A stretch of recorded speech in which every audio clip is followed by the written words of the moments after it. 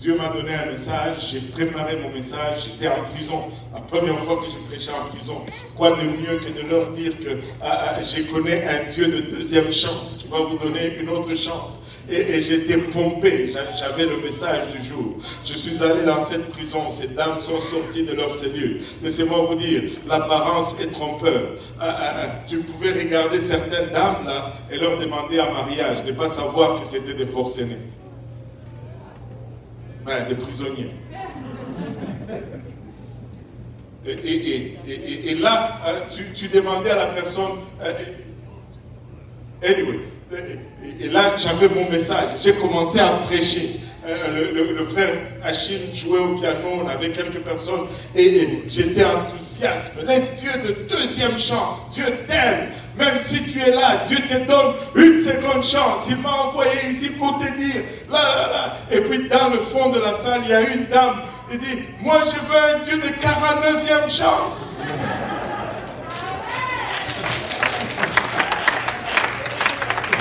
Ça faisait pour la 49e fois.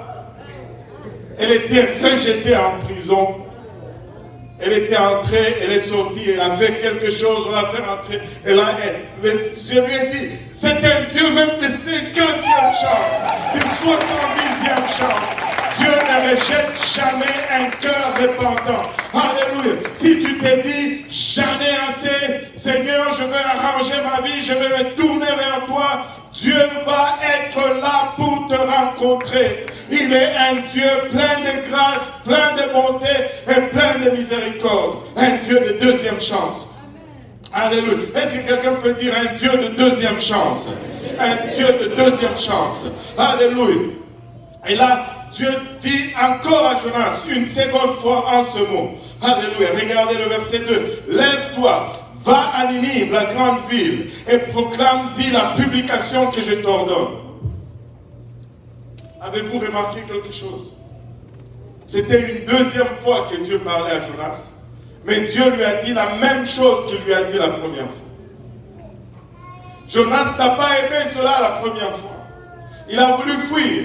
Mais lorsqu'il est retourné, Dieu lui a encore dit la même chose. Laisse-moi te dire, arrête de fuir. Parce que quand tu vas revenir, Dieu va te dire encore la même chose. La Bible dit qu'il ne change pas. En lui, il n'y a aucun nombre de variations. Laisse-moi te dire, Dieu lui a dit la même chose que Jonas avait entendu la première fois.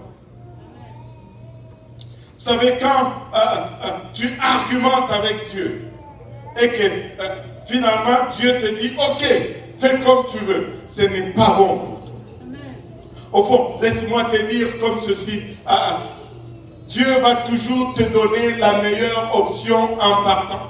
Le plan A de Dieu, c'est toujours le meilleur plan. Dieu n'a jamais de plan B. Le plan B, c'est toi qui l'amènes. Et constamment, dans la parole de Dieu, quand il y a un plan B, ça vient toujours avec des handicaps. Demandez à Moïse, Aaron n'était pas dans le premier plan de Dieu. Demandez à Balaam. Souvenez-vous de Balaam, le prophète. Dieu lui dit, tu n'iras pas avec ces gens.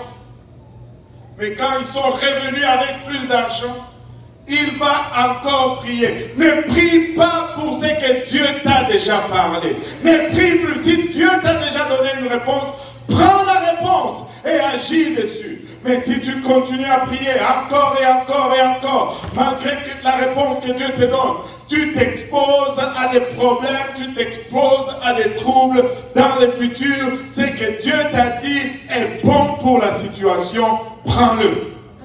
Prends-le. Alléluia. Dieu lui dit la même chose. Lève-toi, va à Ninive et prêche la publication que je t'ai donnée.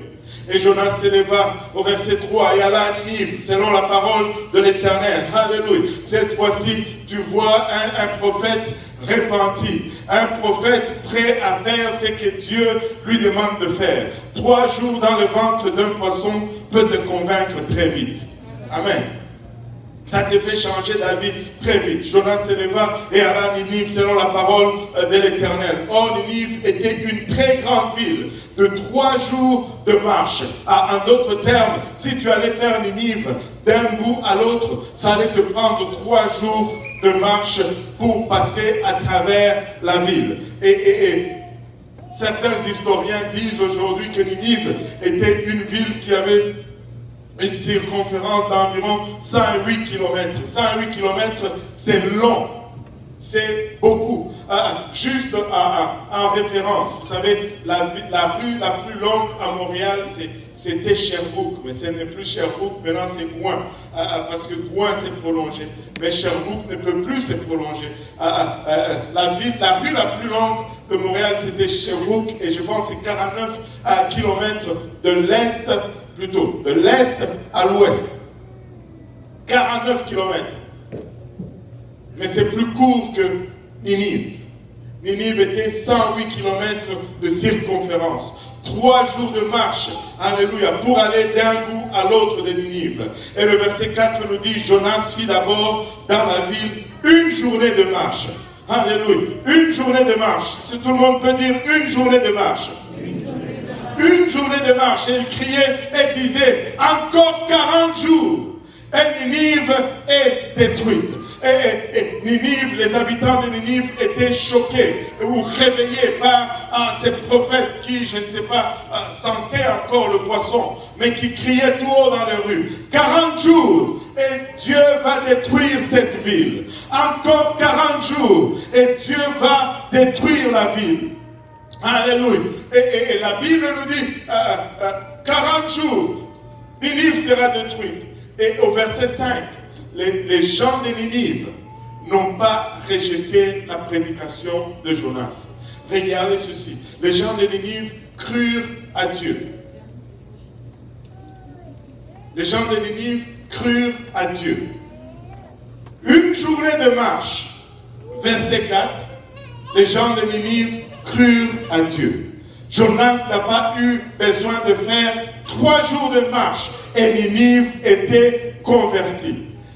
Un seul jour de prédication, un seul message et la ville était convertie au complet, pasteur Serge. C'était des idolâtres, c'était des païens, c'était des ennemis d'Israël. La raison pour laquelle Jonas ne voulait pas y aller, parce que ce peuple était en guerre contre son peuple. Alléluia. Des non-croyants, mais un seul jour, un seul message, et ils sont convaincus. Pour l'amour de Dieu. Pourquoi est-ce que pour les enfants de Dieu, ceux qui ont reçu le Saint-Esprit, il faut le prêcher aujourd'hui, il faut le déclarer encore demain, il faut le redire encore dans un mois. Aujourd'hui, on est un peu convaincus, mais demain, on revient avec encore la même question.